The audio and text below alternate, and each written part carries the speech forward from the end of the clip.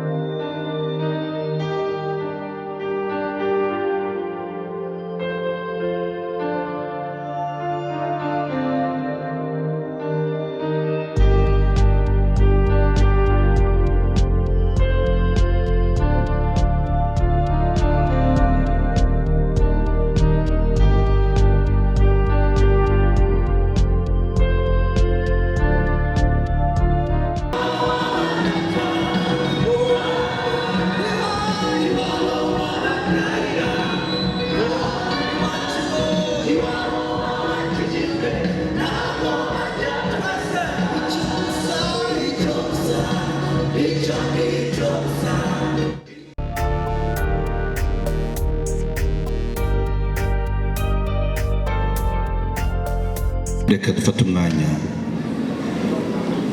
tumwibuke. Imana idatungurwa nk'abantu, Imana idatekereza nk'abantu, Imana iri hejuru ya byose, Imana iri hejuru y'ubwenge bwose, Imana iri hejuru y'abakomeye bose. Ni wowe duciriye bugufi. Mbega wasa nande? Mbega ninde muhanye? Ko wowe wihariye, urihariye witwa Imana. Iyo uba umuntu twari kukubaza byinshi, ariko kuko witwa Imana turavuze ngo icyubahiro ni kibi cyawe. Wasohoje gushaka kwawe ku buzima bw'umukozi wawe. Ushima ko aruhuka, akaruhuka imiruho n'imihate yayo mu isi, arasinziriye zose, ategereje umuzuko w'abapfuye. Mana ngwino ubane natwe.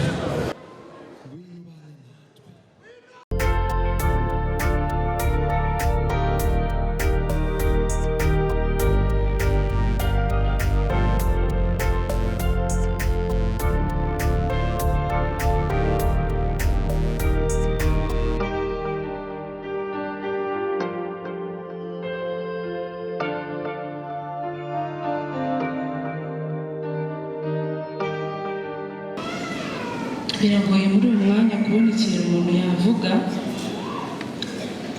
ariko abana banjye nkajya mu mabwiye yuko muzabaho mubeho neza. Murabizi ko ari nkagiye kuduhagurukira, nta kintu na kimwe tuzaburana. Imana yamukunze kuturusha, iramudutwara, ariko dusigaranye n'Imana. Amazina yanjye nitwa Uwanyanasiya, Pasiteri Niyonshuti Theogene yari umutware wanjye. Twari tubyaranye 4, abahungu 2 n'abakobwa 2. Imfura n'uyu nguyu, uyu akamukurikira, abandi basinziriye. Medi mwana wanjye, Asa mwana wanjye, ntubabare, sibyo? Ndabakunda, nzabitaho, byose nzabibakorera, sibyo? Ntacyo muzamburana. Kandi papa wanyu yagiye mu ijuru, tuzamusangayo.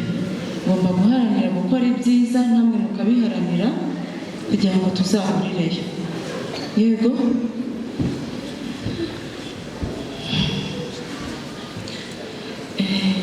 Yari umugabo mwiza rero, ukunda Imana, uzi kuyivuga neza, ukunda abantu, uca bugufiya.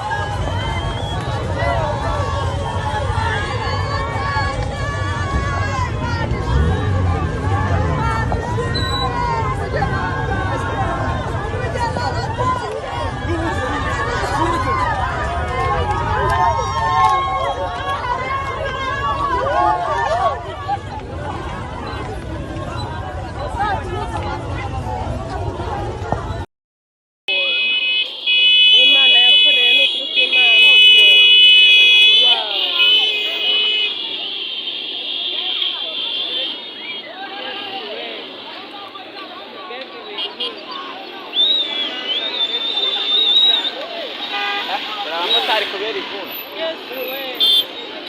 Gukorera Imana ntabwo